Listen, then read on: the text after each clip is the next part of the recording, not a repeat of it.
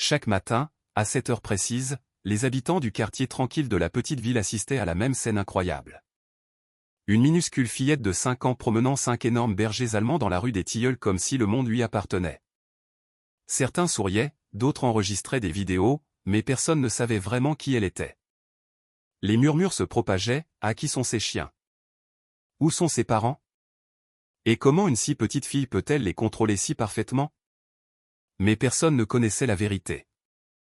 Car la petite fille ne répondait jamais.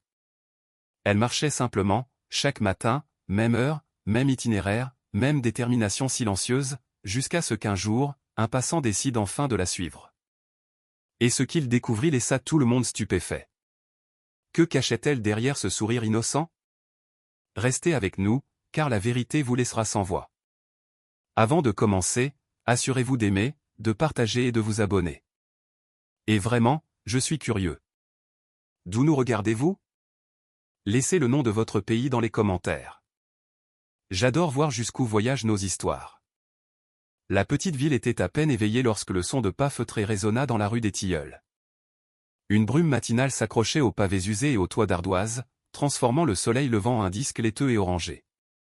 À travers ce voile de silence, émergeait un spectacle auquel tout le voisinage s'était habitué, sans jamais vraiment pouvoir se l'expliquer. Une petite fille, Manon, pas plus de 6 ans, marchait calmement sur le trottoir, vêtue d'un manteau rose vif qui semblait bien trop élégant pour l'air glacial du matin. Mais ce qui captivait l'attention de tout n'était pas le manteau. C'étaient ses compagnons. 5 bergers allemands adultes, les laisses tenues lâchement dans ses petites mains, se déplaçaient en parfaite harmonie à ses côtés, tels des soldats marchant au commandement. Aucun adulte ne l'accompagnait jamais. Personne ne savait d'où elle venait ni où elle allait. Chaque matin, 7 heures, pile, elle apparaissait, traversant les mêmes rues, suivant le même chemin, et disparaissant au coin de la rue juste avant que les cloches de l'église ne sonnent. Puis, comme si elle et ses chiens s'étaient volatilisés, les rues retrouvaient leur rythme normal. Les habitants chuchotaient des histoires à son sujet. Certains disaient qu'elle était la fille d'un dresseur mort en service. D'autres affirmaient que les chiens appartenaient à la gendarmerie et qu'elle aidait simplement à s'en occuper.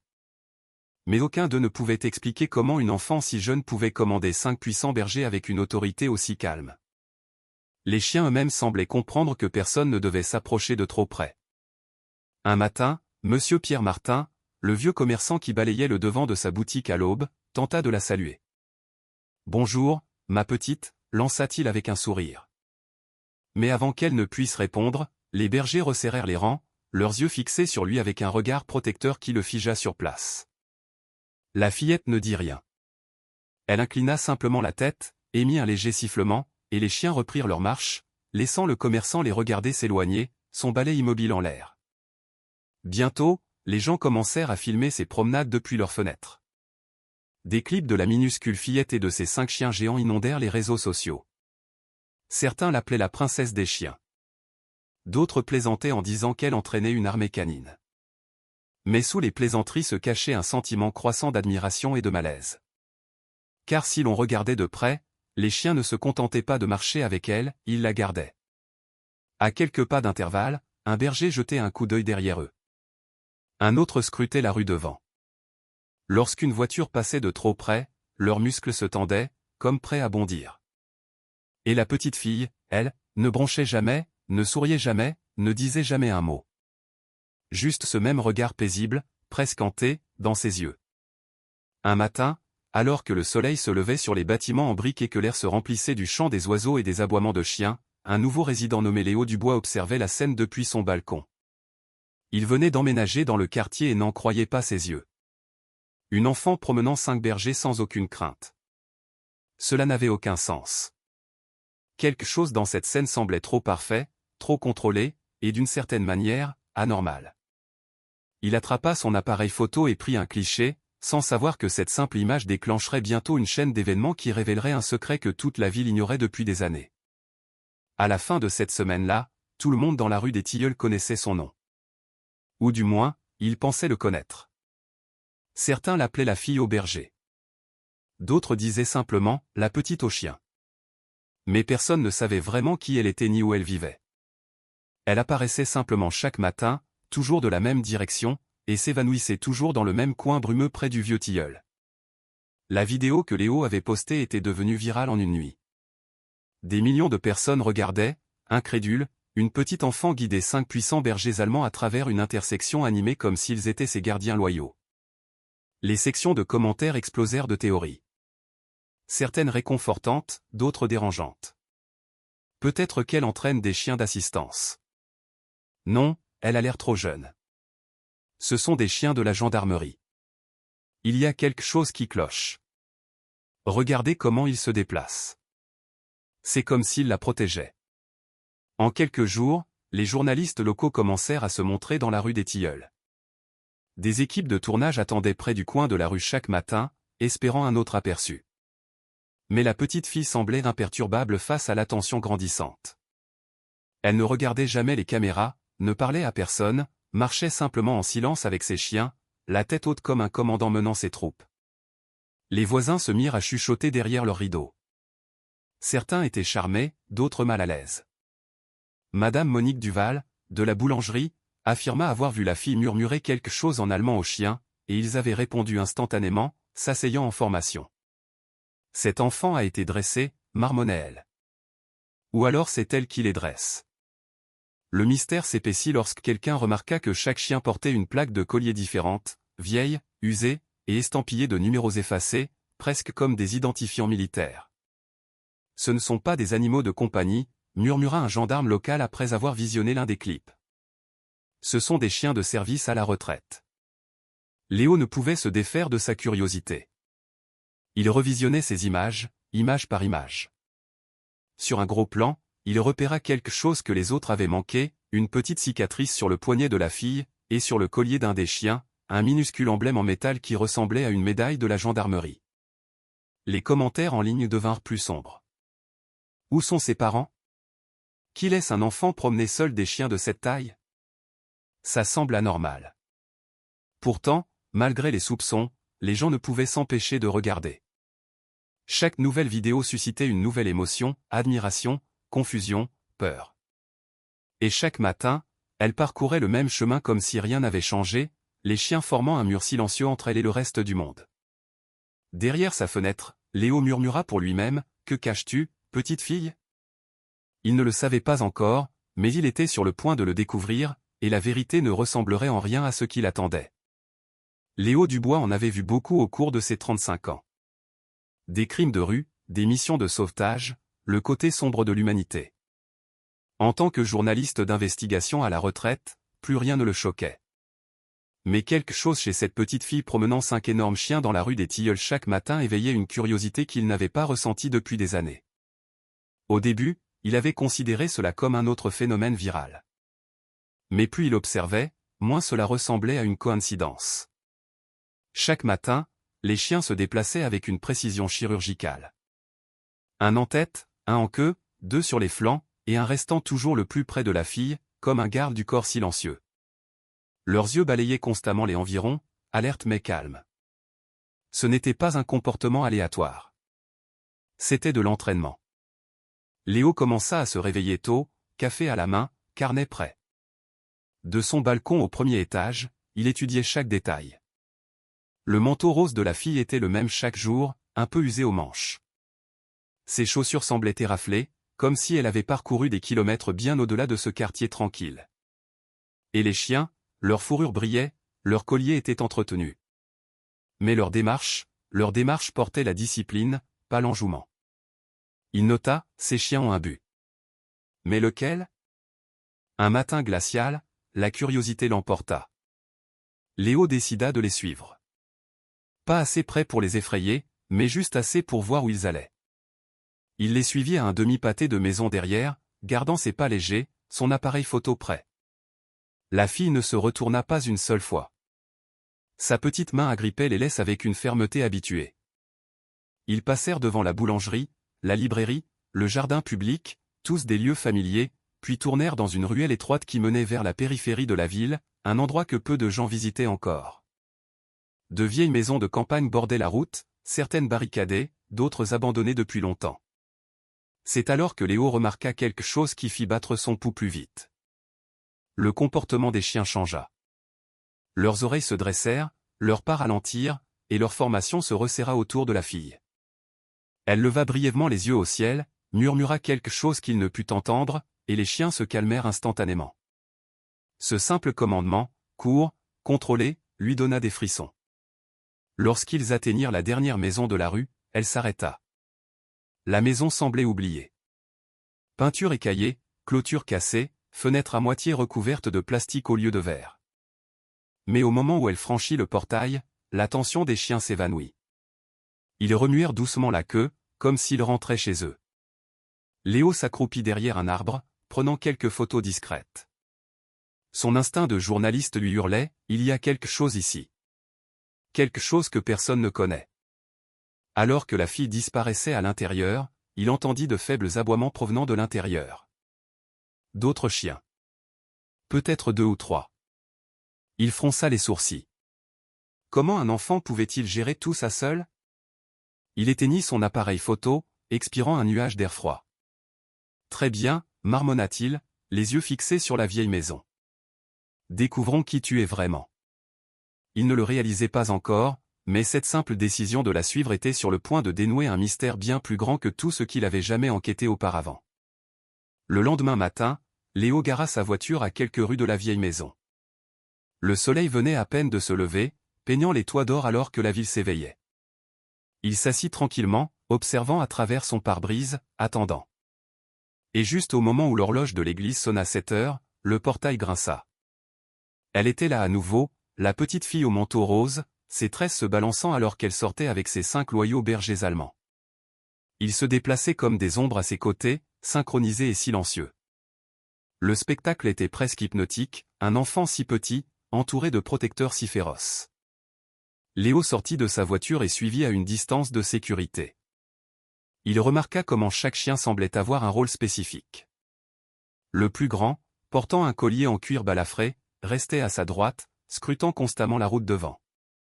Un autre, légèrement plus jeune, marchait près de son côté gauche, lui donnant occasionnellement un coup de museau dans la main comme pour vérifier qu'elle allait bien. Lorsqu'un camion qui passait gronda de trop près, l'un des chiens aboya sèchement, et les 5 formèrent instantanément une barrière devant elle.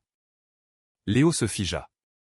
Leur mouvement était rapide, exercé, pas un comportement aléatoire. Ce n'étaient pas seulement des animaux de compagnie. C'étaient des unités entraînées. La petite fille murmura doucement, « ça va ». Et en une seconde, ils se détendirent à nouveau. Léo capta ce moment, la façon dont les corps des chiens se relâchèrent à son commandement, leurs yeux s'adoucissant de confiance. Il y avait quelque chose de beau là-dedans, quelque chose qui ne cadrait pas avec l'ordinaire. Au jardin public, elle s'assit sur un banc pendant que les chiens se déployaient en demi-cercle autour d'elle. Ils ne s'enfuyaient pas et ne chassaient pas les écureuils comme des chiens normaux.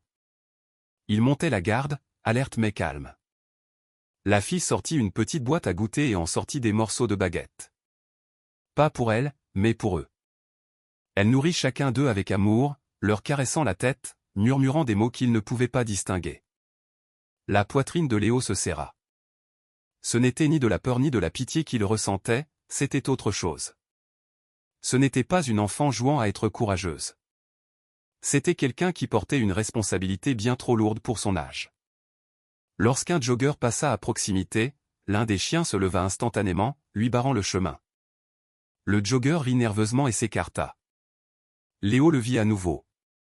Ce lien invisible, cette compréhension silencieuse entre la fille et ses gardiens. Alors qu'ils rentraient chez eux, Léo murmura à voix basse, « Tu ne les promènes pas seulement. Ils marchent pour toi. » Il ne le savait pas encore, mais la vraie raison de ce lien était quelque chose de bien plus profond et de bien plus déchirant que quiconque ne pouvait l'imaginer. C'était un matin clair et frais, le genre de matin où la lumière du soleil miroitait sur les vitres des voitures et où l'air sentait légèrement la rosée et l'essence. La petite fille suivait le même itinéraire familier, ses 5 bergers allemands glissant à ses côtés comme des gardiens silencieux. Tout semblait normal jusqu'à ce que ça ne le soit plus.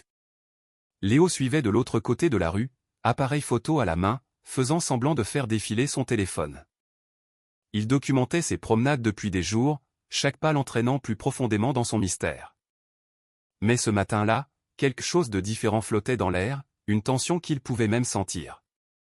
Les chiens étaient agités, leurs oreilles tressaillaient à chaque son, leur tête se tournant brusquement comme s'ils sentaient quelque chose d'invisible. Puis c'est arrivé. Un rugissement sonore retentit derrière eux. Une moto roulant bien trop vite dans la rue étroite. Le conducteur se pencha dangereusement près du trottoir, son rire résonnant alors que le moteur hurlait. La petite fille se figea, les yeux écarquillés. Avant que Léo ne puisse crier un avertissement, les bergers passèrent à l'action. Le plus grand, celui avec le collier balafré, se jeta en avant, se plaçant directement entre la fille et la moto qui approchait. Deux autres suivirent, formant un bouclier avec leur corps. Les pneus crissèrent, le pilote fit une embardée, et la moto les manqua de quelques centimètres avant de percuter une poubelle et de se renverser. Le cœur de Léo battait la chamade alors qu'il traversait la rue en courant. « Ça va » cria-t-il, mais les mots moururent sur ses lèvres. Les chiens se tournèrent instantanément, se tenant entre lui et la fille. Les dents juste assez découvertes pour l'avertir de ne pas s'approcher. Le motard grogna, enlevant son casque, mais avant qu'il ne puisse jurer, l'un des bergers gronda si profondément qu'il recula en trébuchant. La petite fille s'accroupit à côté de son chien de tête, ses petites mains tremblantes alors qu'elle touchait sa fourrure. « Chut, ça va, bravo, murmura-t-elle. Tu as bien fait, bravo. » Le nom frappa Léo comme une étincelle. Ce n'était pas un nom d'animal de compagnie. C'était un indicatif d'appel de service, le genre que les maîtres chiens de la police ou de l'armée utilisaient. Il fit un pas prudent en avant. « Tu devrais rentrer chez toi, petite. » C'était juste. La fille leva enfin les yeux. Ses yeux étaient un mélange obsédant d'innocence, de peur et d'autre chose. De chagrin. « Nous allons bien, dit-elle doucement, sa voix à peine audible. Puis, remarquant la petite déchirure dans sa manche, elle la tira rapidement vers le bas, cachant quelque chose en dessous. Pendant un instant, Léo entrevit une marque pâle sur son bras, presque comme une vieille brûlure ou une cicatrice médicale. Avant qu'il ne puisse demander, les chiens aboyèrent à nouveau, l'entraînant loin de la scène. En quelques secondes, elle avait disparu, avalée par le coin de la rue, laissant Léo debout, le cœur battant, des questions tourbillonnant dans son esprit. Le motard jura à voix basse et s'éloigna en titubant. Mais Léo le remarqua à peine. Son attention restait fixée sur cette seule image. Une minuscule fillette commandant 5 bergers entraînés qui mouraient pour elle sans hésitation. Il marmonna pour lui-même, bravo, chien de service, cicatrice, secret. Ses yeux se plissèrent. Tu caches bien plus que ce que l'on croit, petite. Alors qu'il se tournait vers sa voiture, l'écho lointain des aboiements le suivit dans l'air matinal. Pas en colère, pas effrayé, mais protecteur, loyal. Et dans ce son, Léo sut une chose avec certitude. Il ne suivait plus seulement un mystère. Il y marchait droit dedans. Cette nuit-là, Léo ne put dormir. Chaque fois qu'il fermait les yeux, il voyait cette cicatrice dépassant de la manche de la fille et l'entendait murmurer « Tu as bien fait, bravo ». Le nom résonnait dans son esprit comme une énigme sans réponse. À l'aube, il était de retour près de la périphérie de la ville, garé en face de la même maison battue par les intempéries. Le quartier était encore enveloppé de brouillard. La peinture s'écaillait des murs en bois. Le toit s'affaissait au milieu, et la clôture penchait en avant comme si même elle s'était lassée de se tenir debout.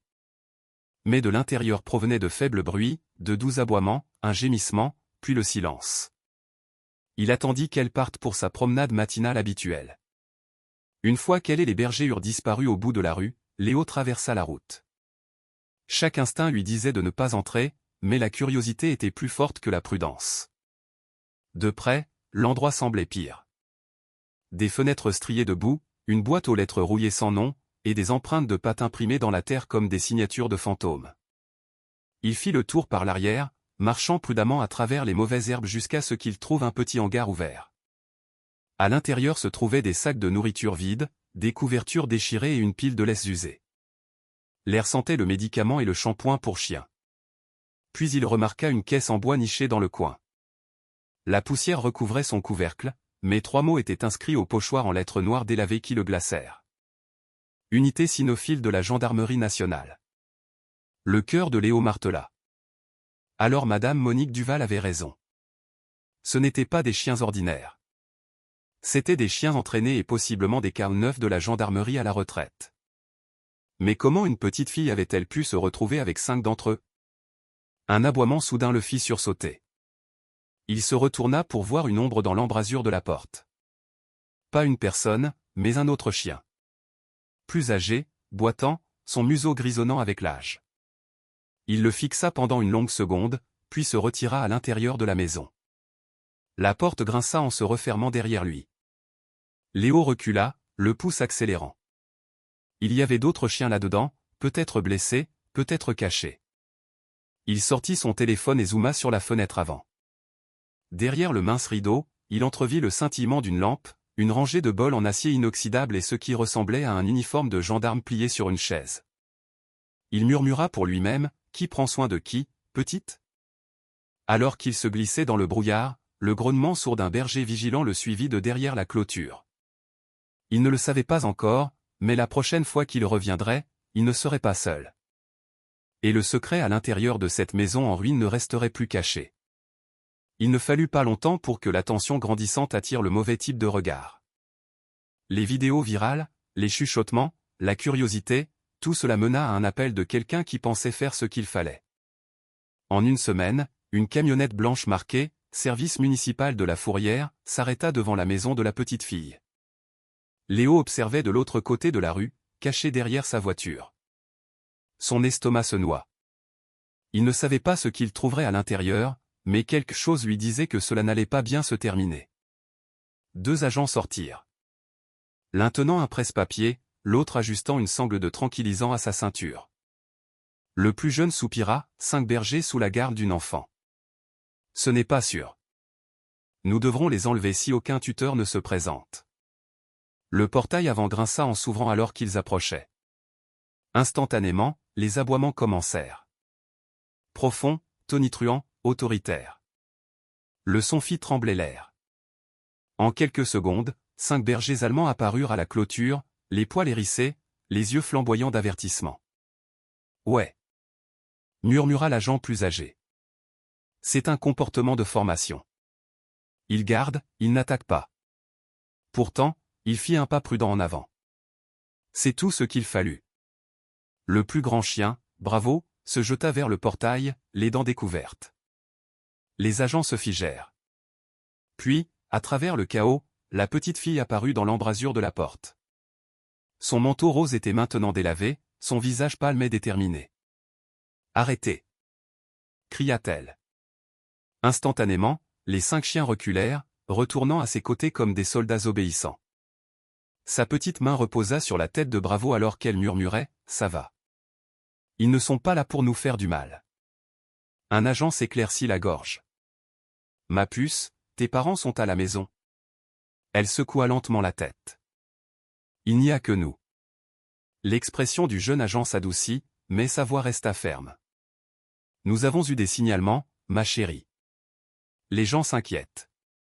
Tu ne peux pas garder autant de chiens seuls. » Des larmes montèrent à ses yeux. « S'il vous plaît, ne les prenez pas, » murmura-t-elle.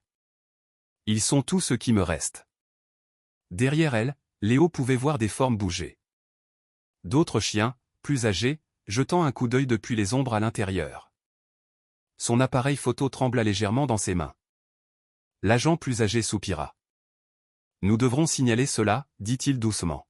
« Nous reviendrons demain avec les services sociaux de l'enfance. » Alors qu'il se tournait pour partir, Bravo gronda sourdement, son corps tendu. La fille s'agenouilla à côté de lui, sa voix tremblante. « Chut, ne vous inquiétez pas, les garçons. Je ne les laisserai pas vous emmener. » De sa cachette, Léo serra la mâchoire. Il savait qu'il ne pouvait plus rester un observateur silencieux. Demain, quand il reviendrait, il devrait choisir. Rester en dehors de ça ou intervenir pour protéger la fille et son secret. Le ciel s'ouvrit cette nuit-là. Le vent hurla dans la rue des Tilleuls comme un esprit en colère, faisant vibrer les fenêtres et arrachant les branches des arbres. La pluie tombait à verse, martelant le trottoir, transformant le quartier tranquille en un flou de lumière vacillante et de tonnerre grondant. Léo était assis près de sa fenêtre, regardant la tempête. Il ne pouvait s'empêcher de penser à la fille, à la peur dans sa voix quand elle avait dit « Ils sont tout ce qui me reste ». Le service de la Fourrière devait revenir le lendemain matin, mais son instinct lui disait que quelque chose se passerait avant. Il jeta un coup d'œil à sa montre. 19 heures. La rue était vide. Aucun signe de la fille ou de ses chiens. Normalement, il pouvait les voir de son balcon, faisant leur ronde du soir près de la vieille église. Mais ce soir, le monde extérieur semblait désert. Un éclair illumina le bout de la route. La silhouette de cette vieille maison, tenant à peine debout contre la tempête. Puis, à travers les rideaux de pluie, Léo le vit. Le portail battant sauvagement, grand ouvert. Son estomac se serra. Il n'hésita pas une seconde. Attrapant son manteau, il courut dans la tempête. Chaque pas était une lutte contre le vent. La pluie lui piquait le visage, mais sa concentration ne faiblit jamais. En s'approchant de la maison, il put l'entendre. De faibles aboiements, désespérés et étouffés. Le son devint plus fort à chaque foulée jusqu'à ce qu'il atteigne le porche. « Eh, oh » cria-t-il par-dessus le vacarme. Pas de réponse, juste le grattement frénétique de pattes contre le bois. Il poussa la porte, verrouillée. Il donna un coup de pied plus fort. Le cadre céda avec un craquement et il trébucha à l'intérieur. L'odeur le frappa en premier. Air humide, fourrure mouillée et peur. La lampe de poche tremblant dans sa main, il balaya la pièce. Des couvertures déchirées, des bols de nourriture vides, une lampe vacillante, puis un mouvement. De derrière un canapé cassé, Bravo émergea, trempé et tremblant, les yeux hagards. Mais au lieu d'aboyer, il se tourna vers le couloir et gémit, un son que Léo n'avait jamais entendu d'un berger allemand auparavant. Ce n'était pas un avertissement, c'était un appel à l'aide. « Où est-elle » murmura Léo. Il suivit le chien dans le couloir sombre, ses bottes pataugeant dans les flaques qui se formaient sur le sol déformé. Un éclair illumina l'étroit corridor. Et elle était là, la petite fille recroquevillée à côté de deux des chiens plus âgés, serrant une lampe de poche qui s'était éteinte depuis longtemps. Son manteau rose était trempé, ses lèvres pâles. Je suis là. Léo se laissa tomber à côté d'elle, vérifiant son pouls. Faible mais régulier. Les chiens grognèrent doucement, incertains de sa présence jusqu'à ce que Bravo aboie une fois, un signal sec.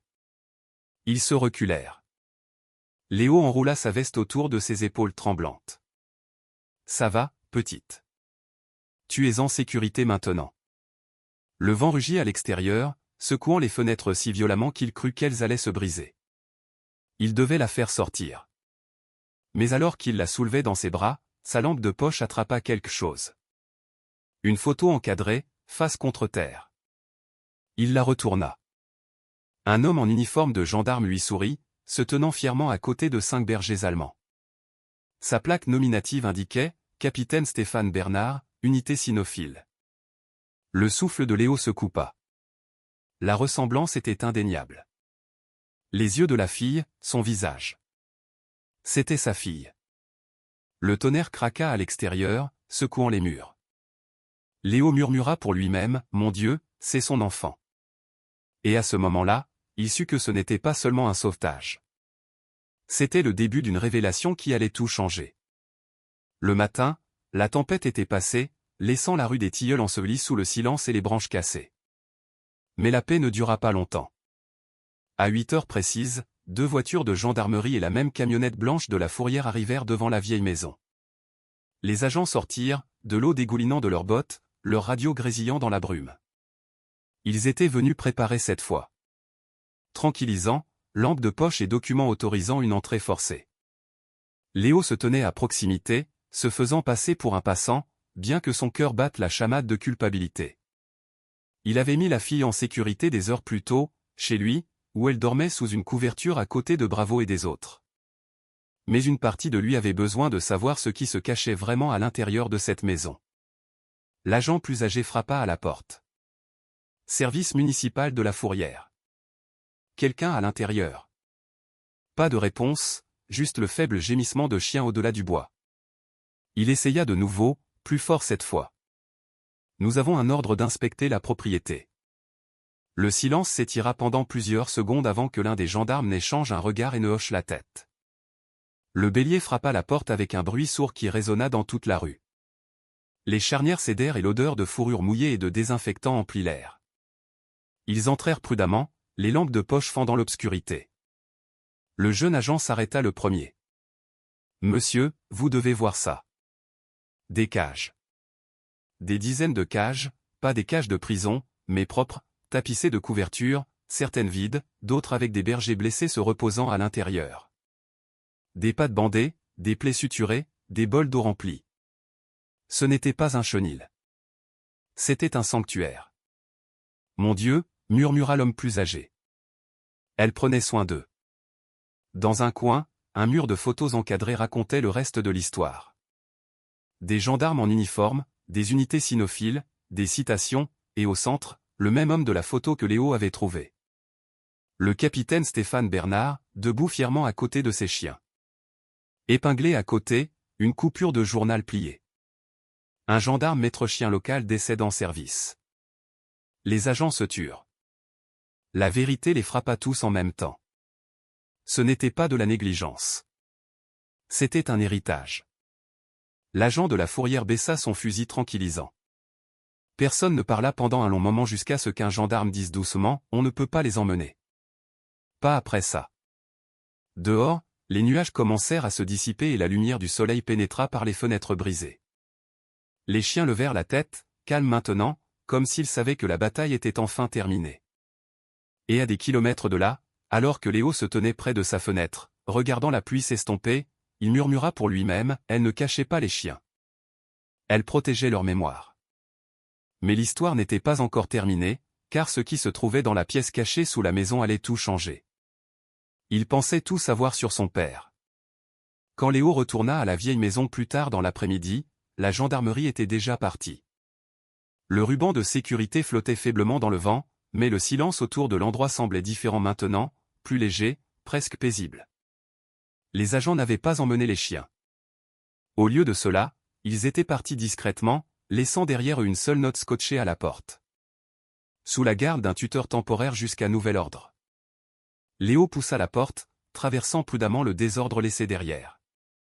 L'odeur d'air humide et de fourrure de chien était épaisse, mais en dessous se trouvait autre chose, quelque chose de faible et de familier, l'odeur d'antiseptique et de métal.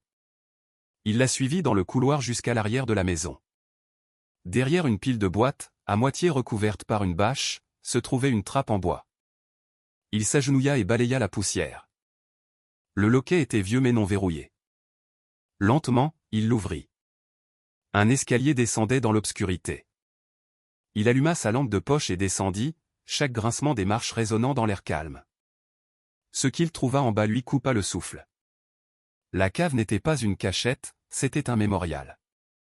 Les murs étaient tapissés de photos, de médailles de la gendarmerie et de certificats. Des étagères contenaient des fournitures médicales, des bandages et de la nourriture pour chiens, rangés proprement en rangées. Mais au centre de la pièce se trouvait quelque chose qui figea Léo. Une grande boîte en bois recouverte d'un drapeau français plié. Sur le dessus, une photo encadrée. Le capitaine Stéphane Bernard souriant à côté de son unité cynophile. Les mêmes chiens qui étaient maintenant sous la garde de sa fille. Léo s'agenouilla, ses yeux traçant l'inscription gravée sur le couvercle de la boîte. Pour ceux qui ne l'ont jamais quitté. Derrière lui, des bruits de pas résonnèrent. Il se tourna. La petite fille se tenait au bas de l'escalier, tenant la laisse de Bravo. Ses yeux étaient rouges mais calmes. « Je savais que vous viendriez, dit-elle doucement. Léo déglutit difficilement. « Tu ne devrais pas être ici, ma puce. » La tempête. Tout le monde était inquiet. Elle secoua la tête. « Je devais rester. Ils ont peur quand il pleut.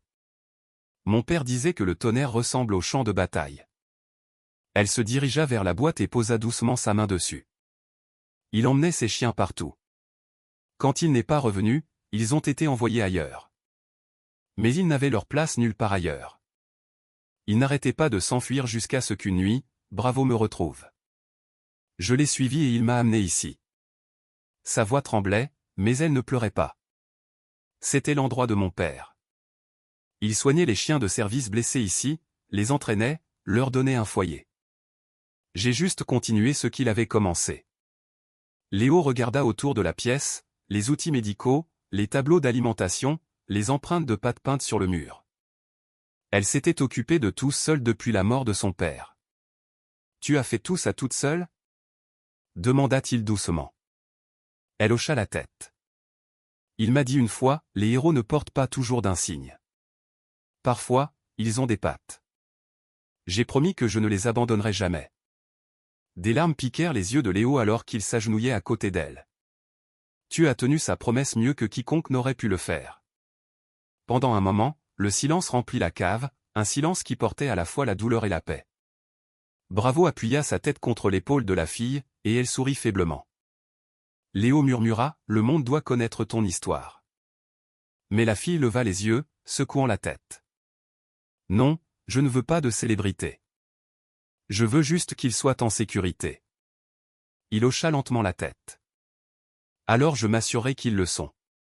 Je vais t'aider, petite.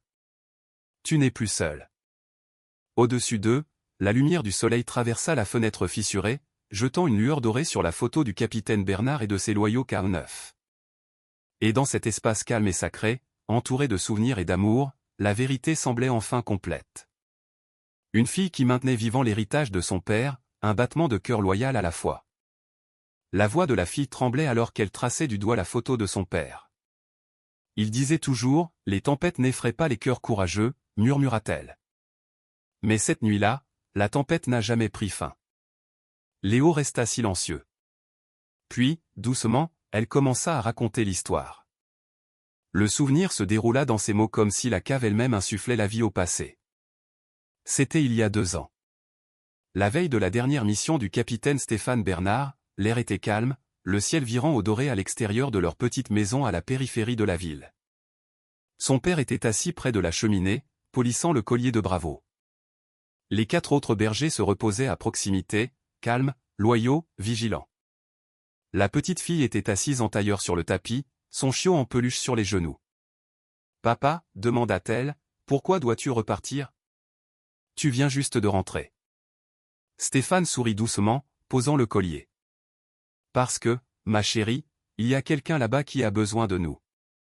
Et quand on est gendarme maître chien, on ne choisit pas les jours faciles. » Elle fronça les sourcils. « Mais qui s'occupera d'eux pendant que tu seras parti? » Il tendit la main et glissa une mèche de cheveux derrière son oreille. « C'est pour ça que je t'ai. »« Moi » dit-elle, les yeux écarquillés.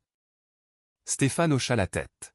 « Si quelque chose m'arrive, et je dis bien n'importe quoi, tu prendras soin de mes garçons. Promets-le-moi. » Ses lèvres tremblèrent.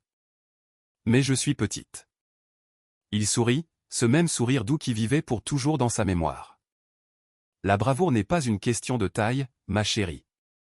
C'est une question de cœur, et tu en as plus que quiconque que j'ai jamais rencontré. » Il se leva, siffla doucement, et les chiens s'assirent en parfaite formation. « Tu les vois? Ils ne te quitteront jamais. Ils te protégeront, et tu les protégeras. Marché conclu ?» Elle hocha la tête, des larmes se formant dans ses yeux. Marché conclu. Stéphane se pencha et l'embrassa sur le front. « Ma grande fille. » Le lendemain matin, l'appel arriva, une prise d'otage qui avait mal tourné. Stéphane et son unité intervinrent. Seuls 3 gendarmes en sortirent. Stéphane n'en faisait pas partie. Cette nuit-là, quand la petite fille se réveilla au son de la pluie sur le toit, elle trouva Bravo assis à sa porte, sa fourrure trempée, ses yeux pleins de chagrin. Le reste des chiens suivit, chacun portant un morceau de l'équipement de son père, sa médaille, son képi, son sifflet. Et à partir de cette nuit-là, elle ne les quitta plus jamais. Alors que le souvenir s'estompait, Léo sentit sa gorge se serrer. La fille se tenait silencieusement, des larmes brillant dans la pénombre. « Il a tenu sa promesse, » murmura-t-elle. « Maintenant, c'est mon tour. » Léo posa une main douce sur son épaule. « Tu ne l'as pas seulement tenu, dit-il doucement. Tu le es devenu. » Au-dessus d'eux, la photo du capitaine Bernard brillait faiblement sous le faisceau de la lampe de poche. Père et fille liés à jamais par le courage, la loyauté et l'amour. Le lendemain matin, l'histoire s'était répandue comme une traînée de poudre. Ce qui avait commencé comme une curiosité virale à propos d'une mystérieuse petite fille promenant des chiens géants s'était transformé en quelque chose de bien plus profond, une révélation qui secoua toute la ville. Léo n'avait rien dit aux médias, mais la nouvelle voyageait vite. Les gendarmes qui étaient entrés dans la maison ne purent garder le secret longtemps. À midi, les journalistes étaient de retour dans la rue des Tilleuls. Mais cette fois, leur caméra ne cherchait pas le scandale. Elle cherchait une héroïne. Les voisins qui chuchotaient autrefois derrière des portes closes se tenaient maintenant dehors, la culpabilité peinte sur leur visage. Madame Monique Duval de la boulangerie serrait un panier de pain dans ses mains tremblantes. Tout ce temps, murmura-t-elle, et nous pensions qu'elle était étrange. Nous n'avions jamais réalisé qu'elle faisait le travail de son père. Une petite foule se rassembla au coin de la rue, attendant tranquillement. Quand Léo sortit de sa voiture, les microphones se tournèrent vers lui. « Est-ce vrai ?» demanda un journaliste. La fille s'est-elle vraiment occupée seule de chiens de gendarmerie blessés? Léo hésita. Oui, dit-il finalement, sa voix ferme. Et elle l'a fait mieux que la plupart des adultes ne pourraient jamais le faire. L'histoire fut diffusée ce soir-là. Sur toutes les chaînes, toutes les plateformes. Les titres disaient « Une fillette de 6 ans perpétue l'héritage d'un gendarme décédé. La fille du courage, l'enfant qui a sauvé les héros K9. » Des extraits d'anciennes images de l'unité cynophile apparurent à l'écran. Le capitaine Stéphane Bernard riant avec ses chiens, les entraînant, tenant sa fille dans ses bras. Le monde regardait, les cœurs se brisant et guérissant à la fois. Les commentaires affluèrent par milliers. Ça m'a fait pleurer. C'est un véritable ange.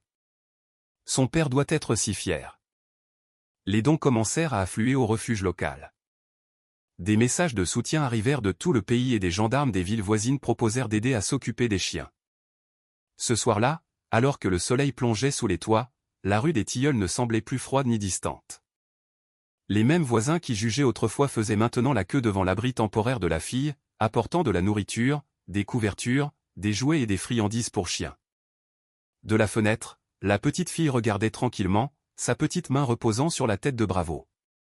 Pour la première fois depuis des mois, elle sourit, non pas de soulagement, mais parce qu'elle réalisait enfin qu'elle n'était plus seule. Léo se tenait à côté d'elle et dit doucement, « Tu vois, parfois le monde a juste besoin de comprendre l'histoire avant de commencer à s'en soucier. » Et cette nuit-là, la ville qu'il avait autrefois jugée commença à l'honorer, la fille qui transforma la perte en héritage et le silence en une voix qui atteignit des millions. L'attention vint vite, trop vite. Caméra, interview, lumière vive. C'était trop pour une petite fille qui avait passé sa vie dans le silence et l'ombre. Pendant des jours, elle essaya de suivre, répondant aux questions, rencontrant des gendarmes, visitant des refuges, mais le poids de tout cela commença à se voir. À la fin de la semaine, elle s'effondra. C'est arrivé lors d'une petite cérémonie au commissariat de police où le département prévoyait d'honorer le service de son père. Elle se tenait à côté de Bravo, serrant son collier, quand ses genoux fléchirent soudainement. Léo la rattrapa avant qu'elle ne touche le sol. Doucement, dit-il, sa voix tremblante. Les ambulanciers se précipitèrent, la soulevant doucement sur une civière. Bravo aboya de détresse, tirant sur sa laisse, refusant de la laisser partir. Les autres bergers entourèrent l'ambulance, faisant les 100 pas avec anxiété alors que les sirènes commençaient à retentir. À l'hôpital Sainte-Marie, la salle d'attente se remplit rapidement.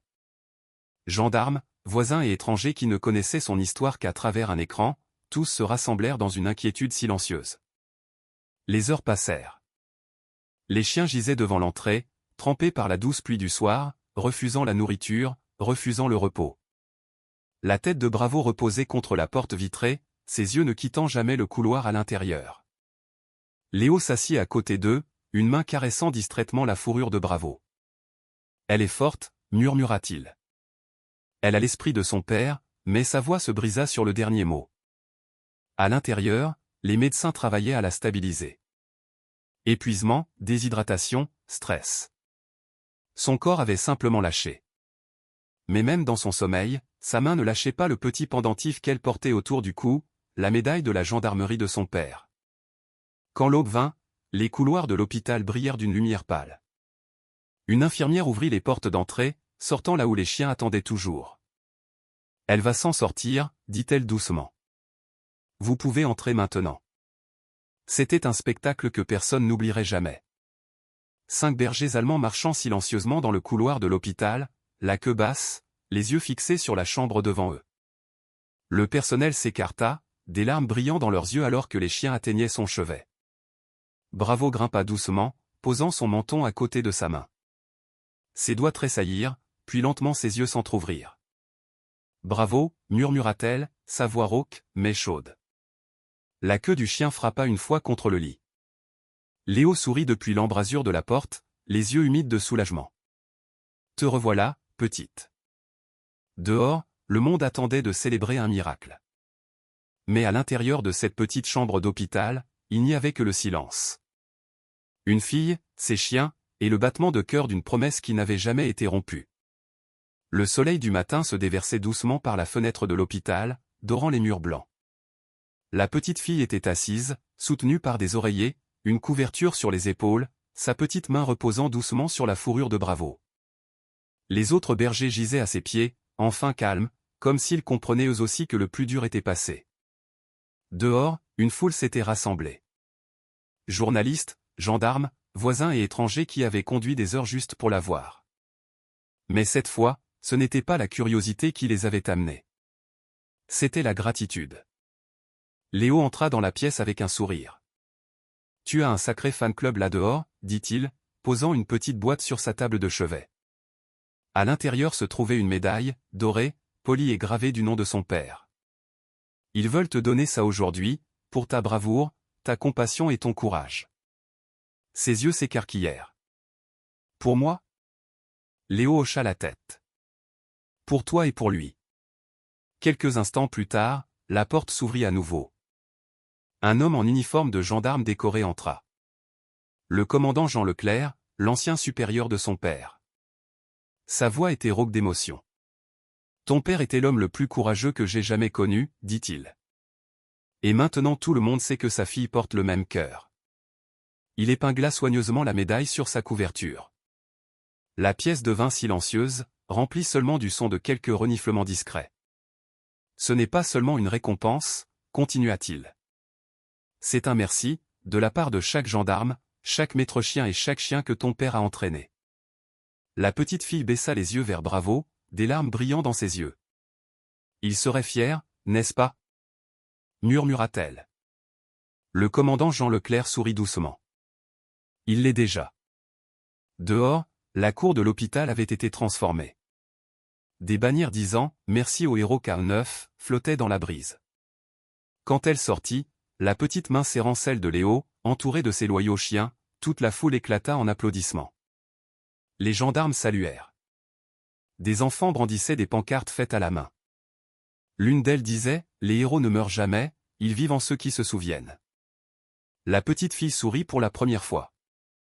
Un vrai sourire, éclatant et libre.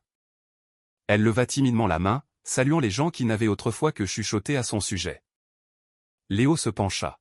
« Tu les as changés, » dit-il doucement.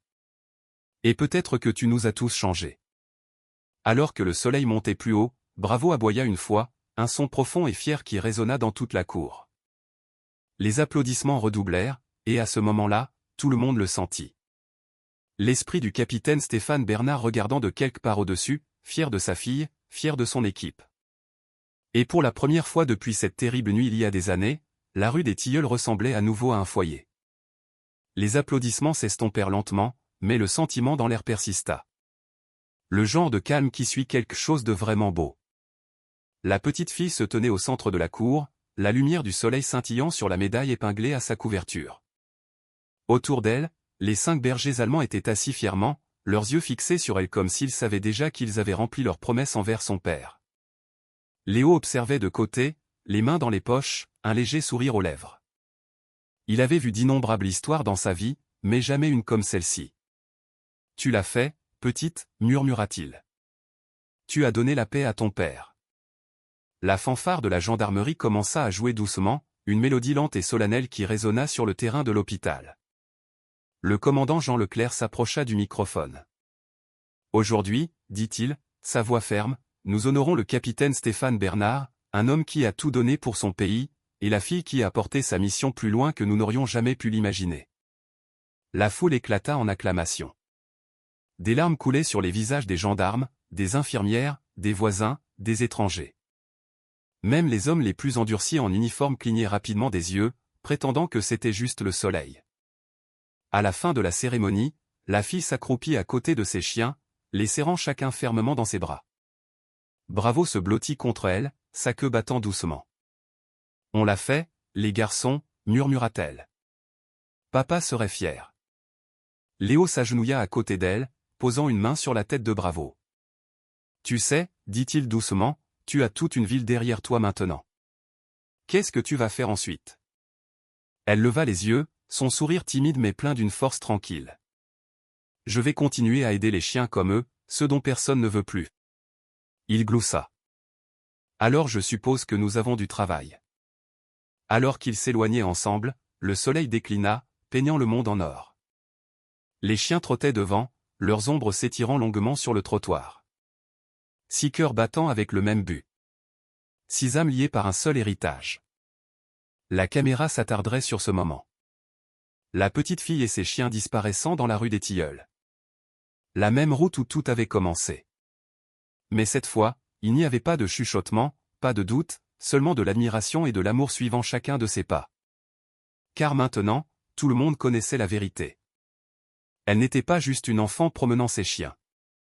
Elle était la fille d'un héros, la gardienne d'une promesse, et le cœur de chaque créature loyale qui avait un jour attendu que quelqu'un rentre à la maison. Si cette histoire a touché votre cœur, n'oubliez pas d'aimer, de partager et de vous abonner. Et dites-nous dans les commentaires, d'où nous regardez-vous? Car des histoires comme celle-ci nous rappellent que les héros ne portent pas toujours d'uniforme. Parfois, ils portent des colliers et parfois, ils sont élevés par des anges en manteau rose. Restez à l'écoute pour d'autres histoires qui prouvent une chose, l'amour, la loyauté et le courage peuvent changer le monde.